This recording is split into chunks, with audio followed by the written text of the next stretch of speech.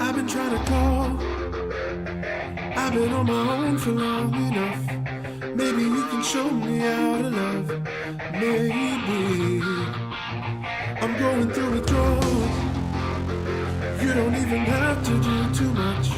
You can turn me on with just a touch, baby. I look around and since it is cold and empty, no one's around to judge me. I can't see clearly when you're gone. And I said, ooh, I'm blinded by the lights. No, I can't sleep right until I feel your heart touch. I said, ooh, I'm drowning in the night. Oh, when I'm like this, you're the one I trust.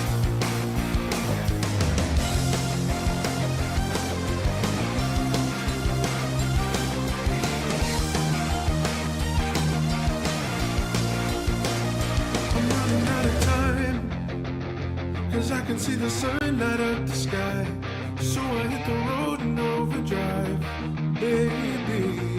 Hit the road in overdrive. The city's cold and empty. No one's around to judge me. I can't see clearly when you're gone. And I said, ooh, I'm blinded by the lights. No, I can't sleep until I feel your heart touch. I said, ooh, I'm drowning in the night.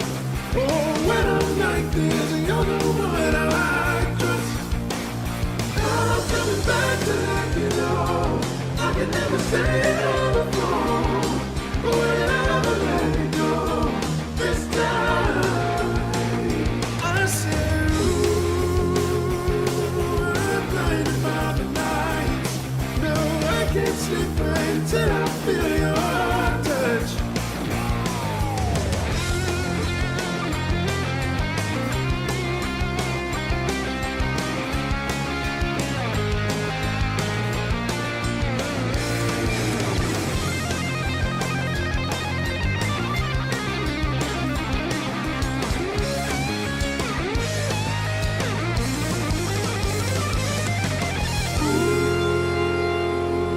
I'm blinded by the lights. No, I can't sleep until I feel your touch.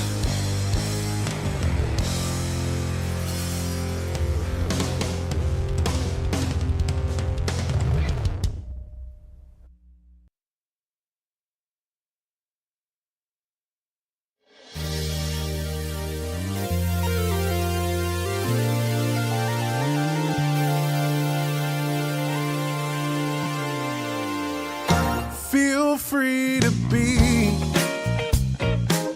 whoever you want to be.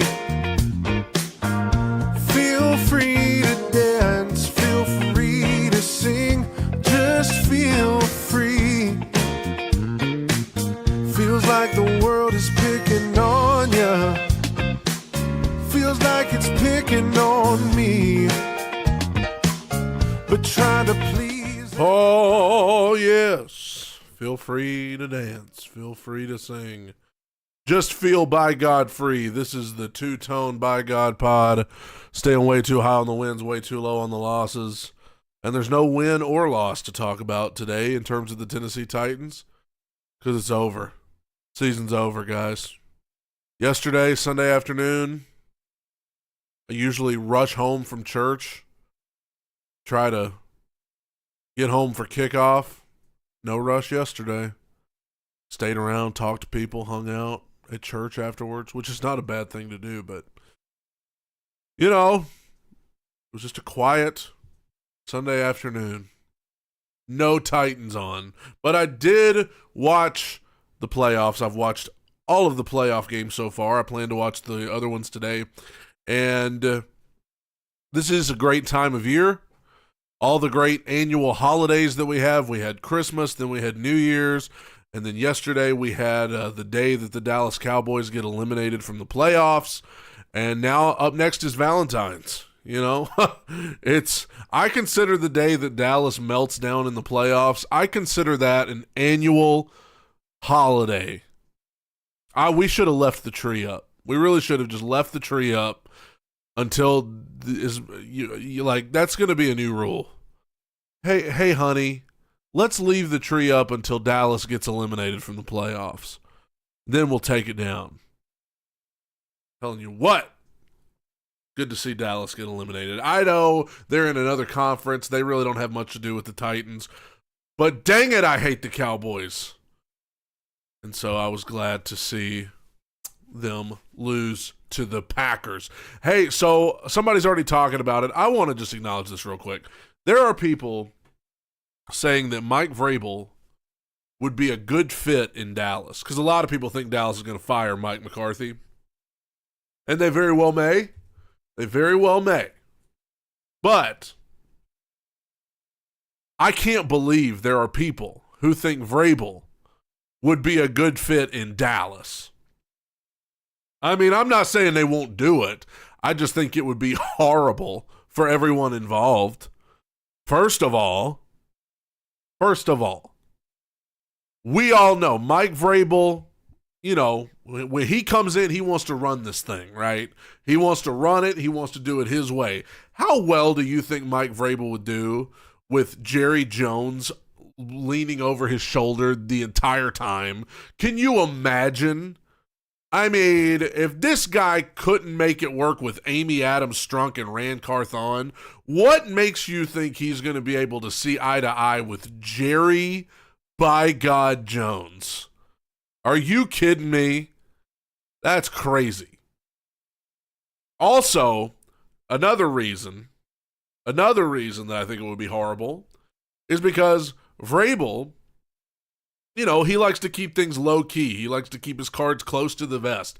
He doesn't like a lot of the outside noise. I actually think the thing that made the Titans such a good fit for Vrabel initially is because it's a small market team. And I think Vrabel likes coaching small market teams because they're not in the headlines a lot. They're not getting talked about on SportsCenter. There's not a lot of drama going on that you know about because they're not talking about it on First Take and Undisputed every day.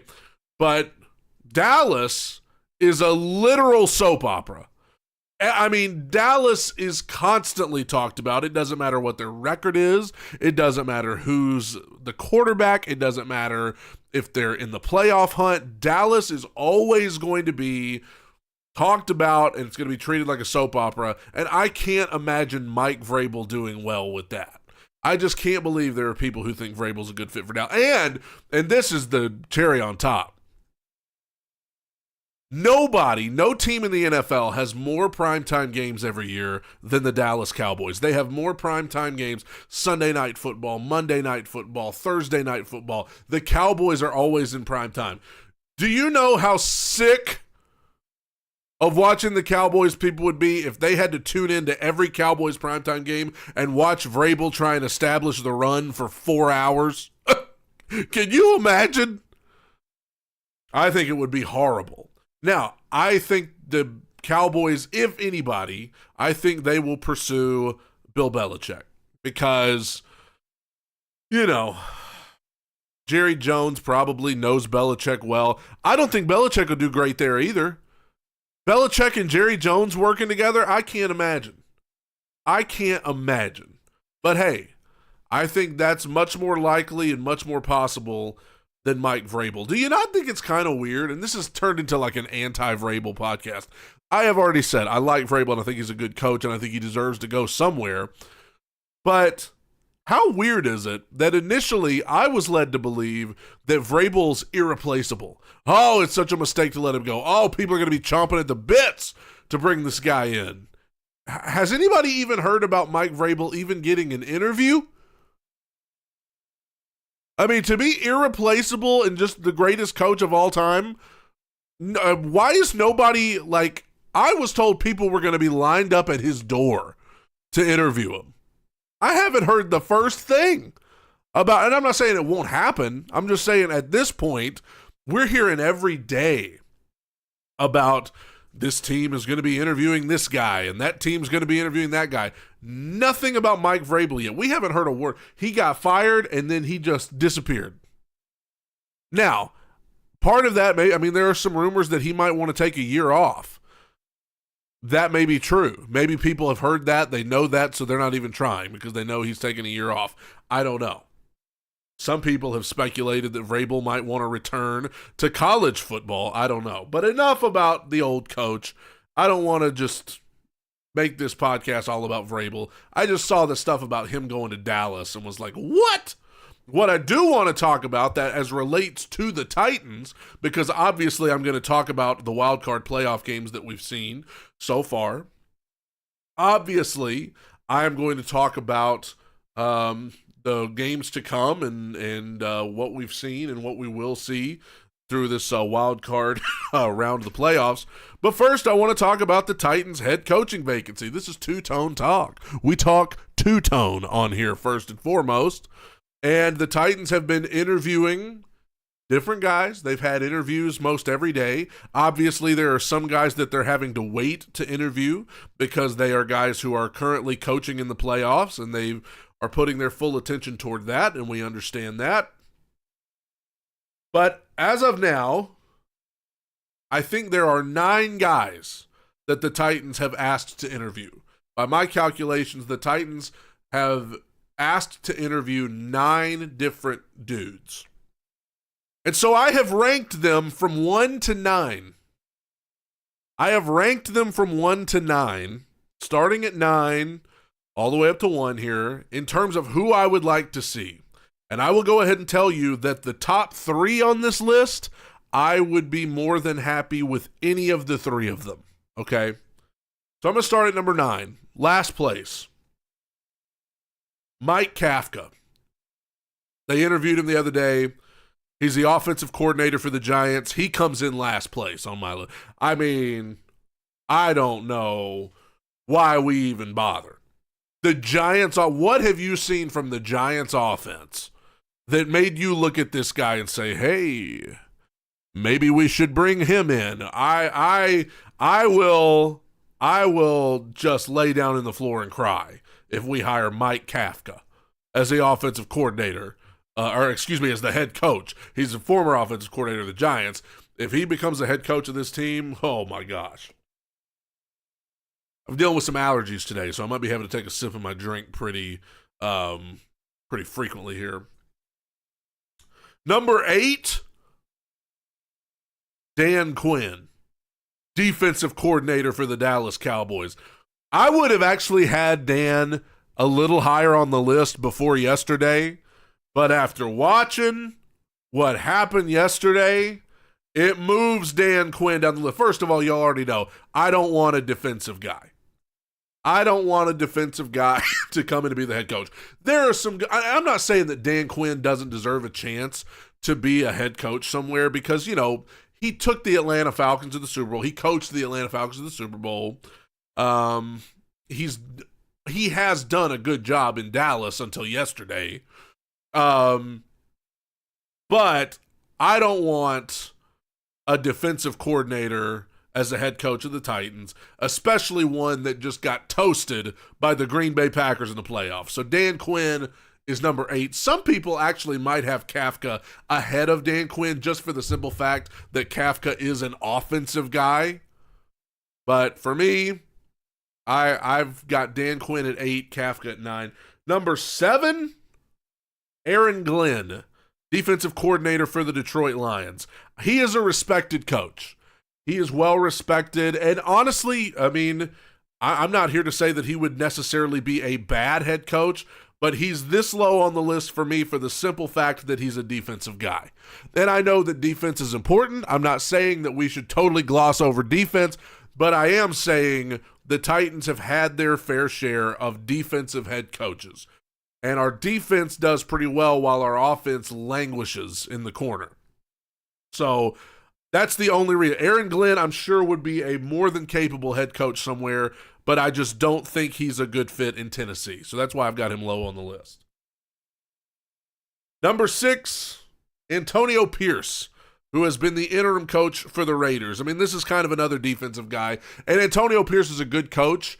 I think this is a useless thing to talk about because I think the Raiders are going to hire him anyway.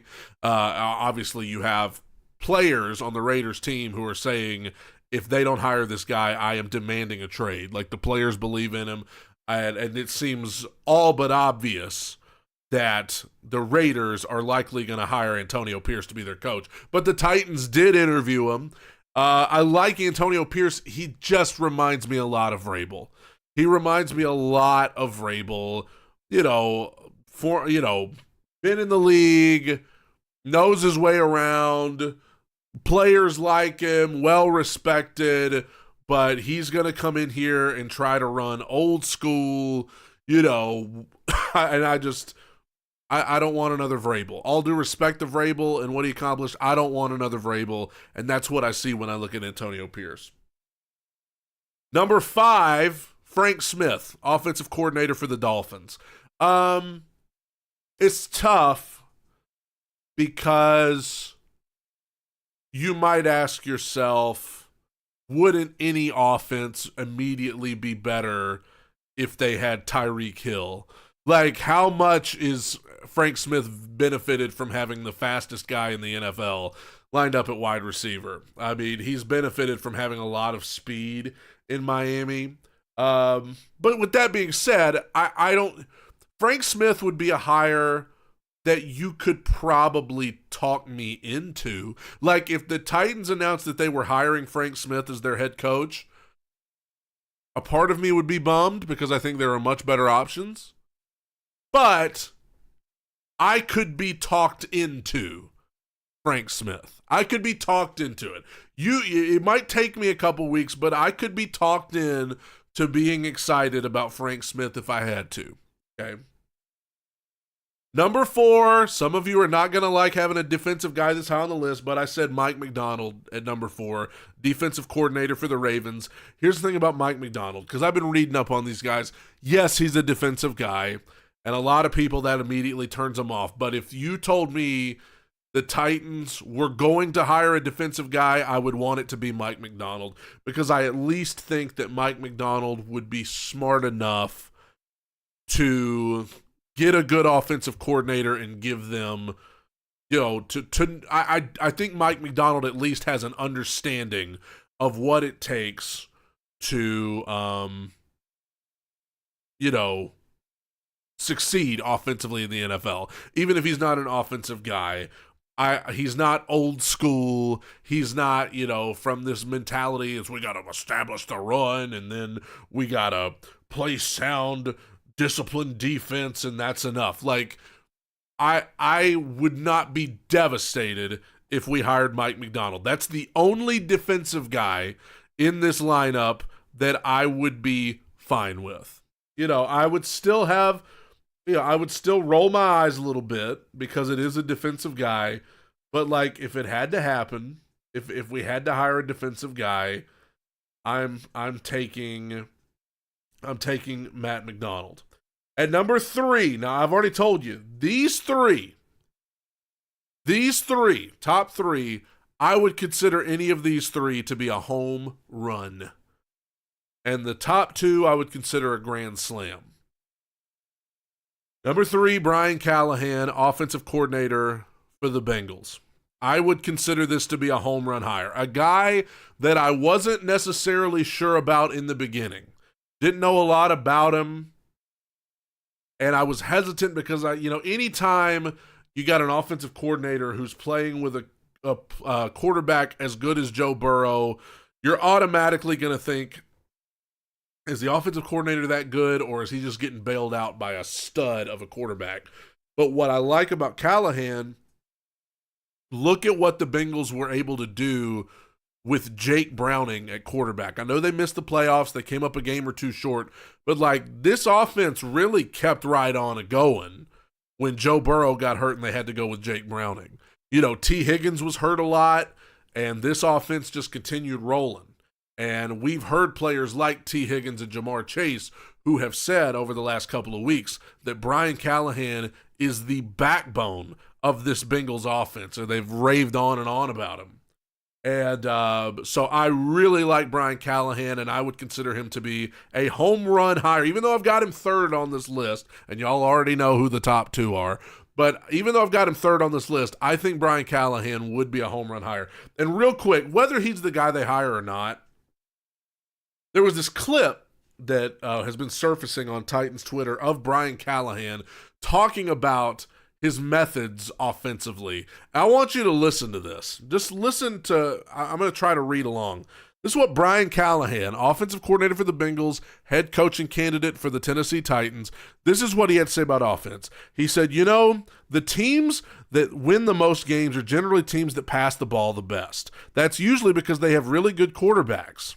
And usually because they have guys that can make plays in the football game outside. And so you're seeing the teams invest in that part of the game across the board. And we're no different. We spent 2 top 35 picks on receivers and on a quarterback. We've invested into that mentality as well. And I do think that's the shift in the league these days, is that the passing game has become the focal point. However, that does leave you opportunities to be really effective and efficient running the football, because defenses do the same thing. Okay, so let's break down what Brian Callahan, and again, I don't know if this is who the Titans are going to hire. I would certainly love to have him, but let's just think about what we just heard him say. The passing game is the focal point. You've got to spend draft picks. You've got to spend money on receivers and quarterbacks to get that pass game going. And then once you do that, it creates opportunities to be able to run the ball efficiently. When you compare what I just read to you that this man said, when you compare that with what we've heard from Mike Vrabel for the last few years, it sounds like they're talking about 2 different sports. It sounds like they're talking about 2 different sports. I mean, Mike Vrabel, all we've heard for years, you've got to establish the run. That's how you win in this league. You've got to run the football to the point that it's ridiculous. That's what we've heard from Vrabel. Meanwhile, from Brian Callahan, we're hearing, no, the pass game is where it's at.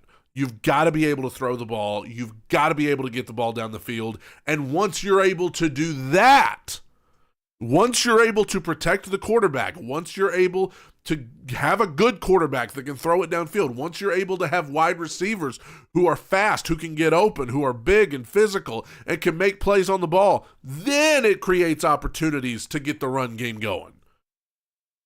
I mean, that is so 180 from everything we've heard from Vrabel for the last 5 years. So yes, I would consider Brian Callahan to be a home run hire for the Titans. Number 2, Ben Johnson, the offensive coordinator for the Lions. He was number 1 for me going into the weekend. He was number 1 for me. I'll tell you why he got jumped when I talk about number 1 in a second. But Ben Johnson would be an amazing hire for the Titans. And I know Ben Johnson is a hot commodity. Everybody's interviewing this guy. Everybody wants this guy. Everybody is chomping at the bits. He is going to be a head coach somewhere. I would not mind it at all if it was the Tennessee Titans. I mean, this guy, everywhere he's gone, success has followed in the area of his coaching. And to see what he's done with Jared Goff, and some names that obviously we recognize, such as Josh Reynolds and Khalif Raymond.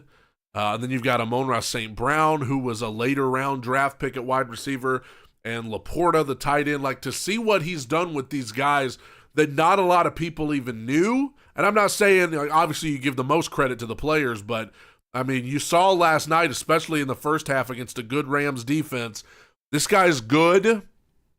He's got a great offensive mind. And I will be more than thrilled if the Titans can land Ben Johnson as their head coach. And then my number 1 choice, as of right now, is Bobby Slowick, the offensive coordinator for the Houston Texans. He was my number 2 going into the weekend, but coming out of the weekend, he is my number 1. Watching what he was able to do against the Browns. And I know C.J. Stroud was great. The receivers were great. The Texans' offensive line was tremendous. I thought they played tremendous against Cleveland. But Bobby Slowick was scheming guys open all over the place, and to the point where the commentators and the analysts on ESPN were talking about what a great game Bobby Slowick called. And so that's my number one choice for the Titans right now is Bobby Slowick for numerous reasons. Number one, he's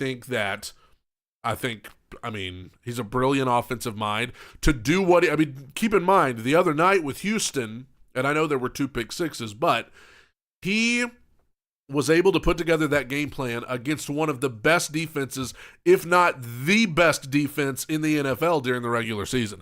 Cleveland was unbelievable defensively this year, and Bobby Slowick had dudes running around wide open with these play calls. Obviously, give credit to the guys running the routes, give credit to the guys protecting, give credit to CJ Stroud, of course, but Bobby Slowick has been tremendous. And what I would like to do not only is get him because he's a great coach, but also let's take him from Houston. Let's take him from one of our division rivals. Let's get him away from there and hopefully set CJ Stroud back a little bit by having to make him learn a new offense with a new offensive coordinator. That's what I'd like to see. I'd like to see the Texans have to start over with Stroud and a new offense. I would like to start that process of Stroud having to have a revolving door of offensive coordinators, because I think that could slow down his progress as great as he's been. I would like to see that. And I would like to see if Bobby Slowick can have the same success with Will Levis that he's had with CJ Stroud. I think that in all of our gushing over CJ Stroud, and rightfully so, he's been tremendous. And he was tremendous against Cleveland in the playoff game. Will Levis is not a bad quarterback. Like, I understand CJ Stroud is like the shiny new toy on Christmas morning, but Will Levis has shown some good signs too, and you're allowed to be excited about that as well. You're allowed to say, hey, Houston's got a really good quarterback now, and we could too. Keep in mind, and this is going to sound like I'm anti-CJ Stroud. No, dude, CJ Stroud's awesome. I understand that. CJ Stroud, did you see the protection he had the other night? Literally, Will Levis, Ryan Tannehill, anybody who's played quarterback for Tennessee for the last 3 years would kill to have that kind of protection. I mean, there were times where C.J. Stroud could have laid down and took a nap back there. Lamar Jackson's another guy. You see it in Baltimore. He's just got all day. Brock Purdy, guys like that, they have all day to throw. So keep in mind, C.J. Stroud has much better protection than Will Levis. I would say C.J. Stroud has much better receivers than Will Levis. And I think he's had better coaching than Will Levis. That's not me saying Will Levis is going to be the savior of the world. I mean, we're going to have to see. We're going to have to see. I mean, I'm not just crowning Will Levis the king of the world. I mean, he's going to have to go out there and do something next year. But I am saying there's a reason for optimism, and there is reason to believe that Will Levis can play at a high level. Just because there's another great quarterback in our division does not mean that we have to just give up on the guy we have. You know, and especially if you get Bobby Slowick, who has, I mean, C.J. Stroud's been vocal about the fact that this guy has been like a huge help to him. Maybe he could do that for Will Levis. Maybe.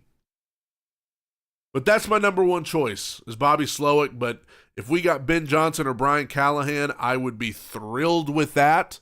That's my top tier. Slowick, Johnson, and Callahan. Those three right there would be home run hires, in my opinion. Mike McDonald and Frank Smith, I can be talked into. Those two guys, McDonald and Frank Smith, I could be talked into them. And then really everybody else, I'm going to be kind of bummed. Okay. That's how I feel about the head coaching vacancies. Somebody asked how I feel about Roger McCreary in the chat. Titan Kong. Oh, gosh, Titan Kong. My friend Titan Kong says, what do you think of Roger McCreary? I think he's a good slot corner. I don't think he's a good outside corner. I think he struggles when you put him on the outside.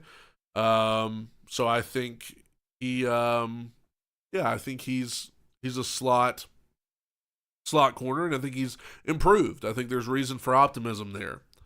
B Ravens 1 says Slowick, Ben Johnson, and Mike McDonald have the most head coaching interviews.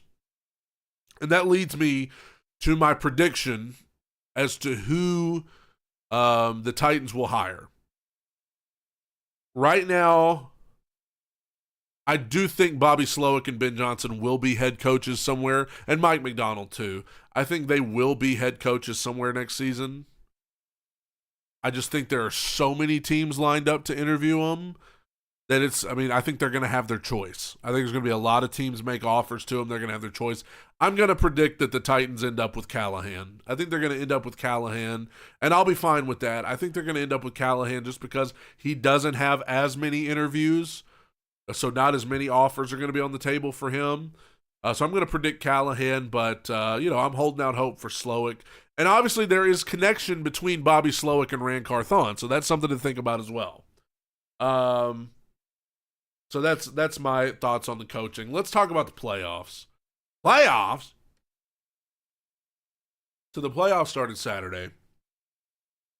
They continue later today, here in about an hour, actually. Let's start with the first game. Texans-Browns. I picked the Browns to win this game. But I could absolutely have envisioned Houston winning. I mean, Houston was playing at home. They have the better quarterback in this situation. The reason I picked Cleveland, the reason I picked the Browns, was simply because at the end of the day, I have watched this defense all year. They've been unbelievable. And so I just thought, Cleveland is going to come in here against a rookie quarterback. I knew C.J. Stroud was going to play well. I knew C.J. Stroud was going to play well, but I thought, against this Browns defense, I got to believe they're going to make a play at some point to put the game away. Well, they didn't. This Browns defense got torched. I mean, 45. Has anybody even come close to scoring 45 points on the Browns defense this season? I don't know what happened. I know the Browns have been one of the best teams in man coverage all year, and then they got to the playoffs and randomly decided to play zone coverage. I don't know why. I don't know what Jim Schwartz was thinking, but there were some folks who were thinking Jim Schwartz might get hired as a head coach somewhere next year, and now I'm not sure. The Browns got torched. Joe Flacco turned back into a pumpkin. It was a great story while it lasted. 2 pick sixes on 2 straight possessions, and this was a beatdown. And so now Houston awaits the results of today's game to see whether they're traveling to Kansas City next week or traveling to Baltimore. It will depend on the outcome of the Bills-Steelers game today. But, Houston, I think Kevin Stefanski is going to win Coach of the Year just because they've already voted on that. But it probably needs to be DeMeco Ryans. I mean, what he's done there in Houston year one with a rookie quarterback and, a team that nobody really thought would be that good this year, you got to give him credit. So Houston advances, Cleveland's out, and I don't know where the Browns go from here. Obviously, they're paying Deshaun Watson a lot of money, so you gotta come back with him. The problem with him, well, there's a lot of problems with Deshaun Watson, but this podcast is only about 45 minutes to an hour. I don't have time to talk about all the problems with Deshaun Watson, but as far as on the field play, he's not lived up to the hype at all. He's not lived up to the money he's getting paid at all. So I don't know what Cleveland, their situation is. The next game was the cold one, the Chiefs and the Dolphins. This game went exactly like I thought it would. I have to talk about how the Dolphins completely fell apart at the end of this year. What a shame. And I don't know what they're going to do about Tua because I don't know. I like Tua a lot, but I don't know if he's their guy. I don't know. He's come up short in a lot of big moments, and in spite of the fact that for much of this season the Dolphins were viewed as contenders. I mean, people thought the Dolphins could really make some noise, but right here at the end they were an afterthought. Like, They let the Bills come from way behind them. I've said it before, that Monday night game against the Titans, they were up by 14 with less than 4 minutes to go. They fell apart. I knew right then this team ain't for real.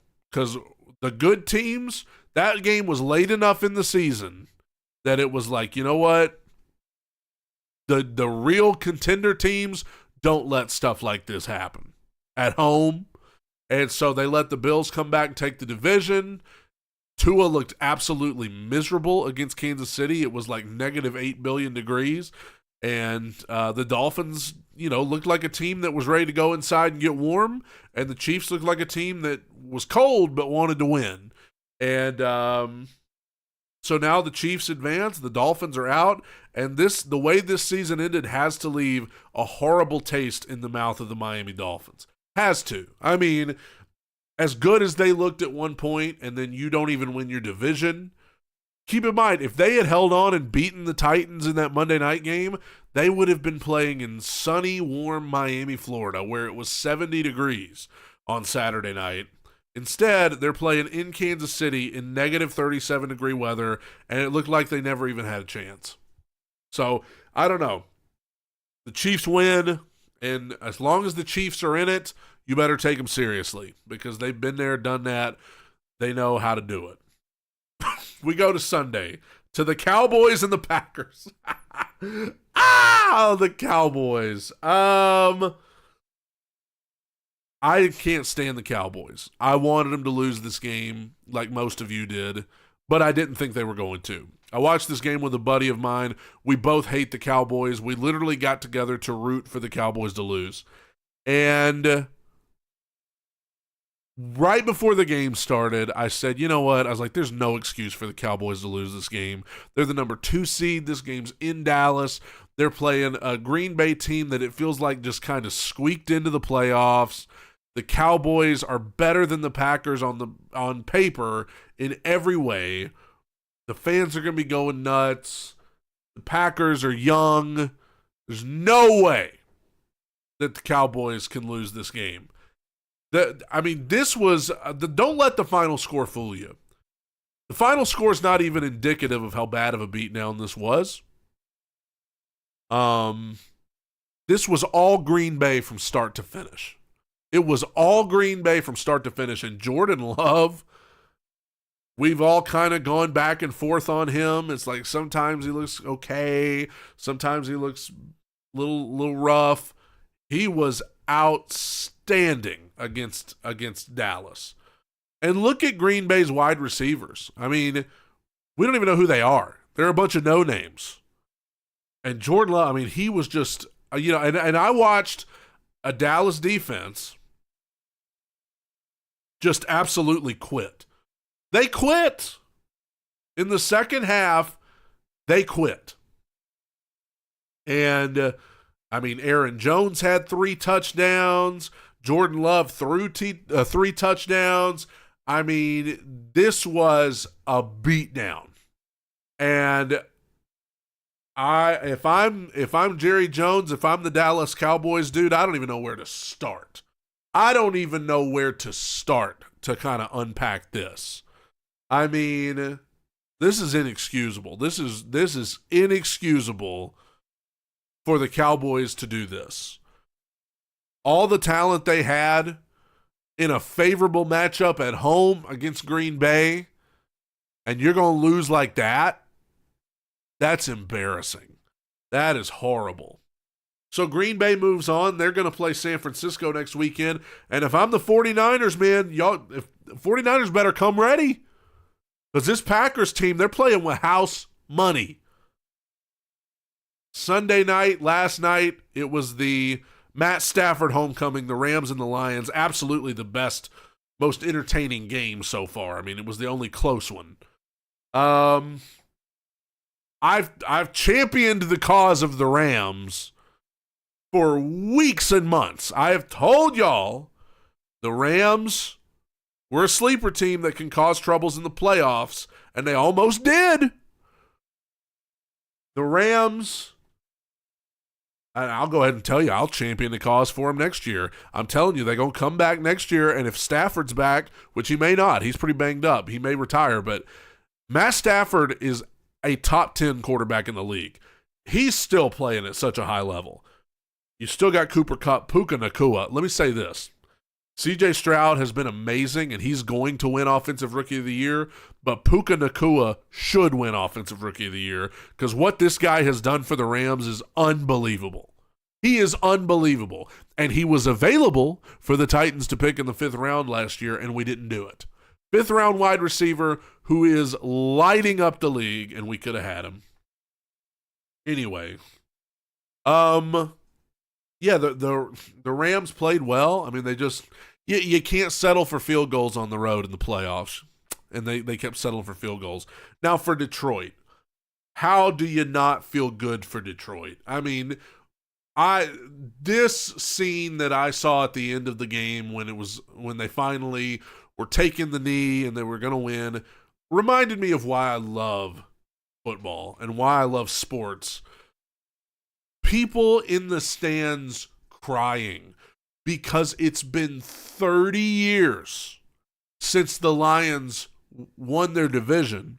It's been 32 years, so not even in my lifetime, it's been 32 years since the Lions won a playoff game. Is it 32 years since they won a playoff game or 32 years since they won a playoff game at home? Either way, these fans have not witnessed the Lions win a playoff game in 32 years.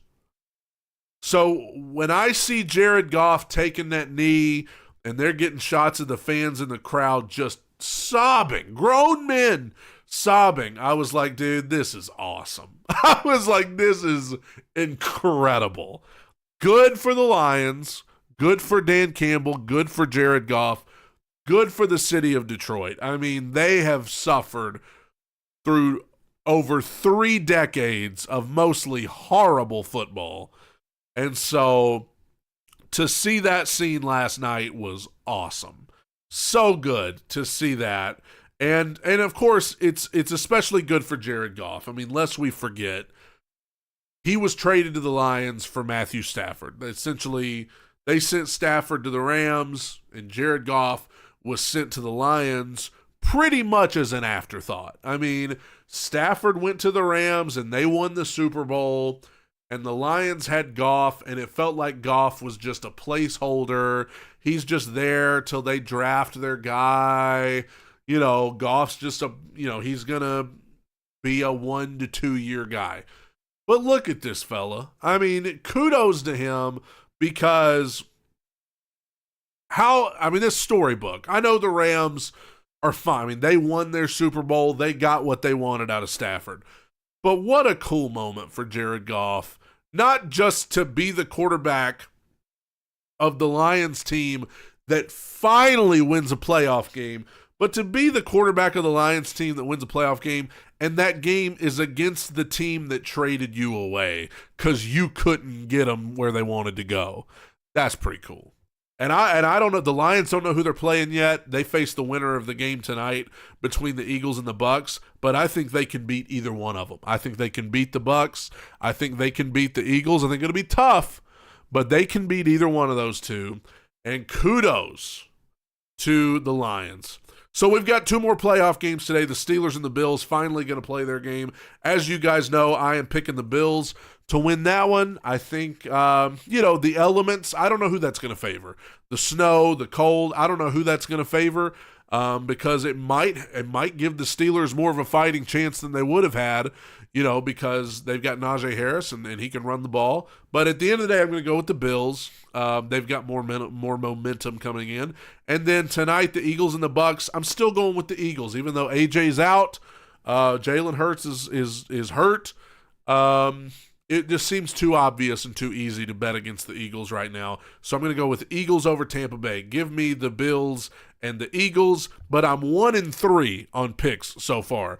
I picked the Browns and was wrong. I picked the Chiefs and was right. I got that one.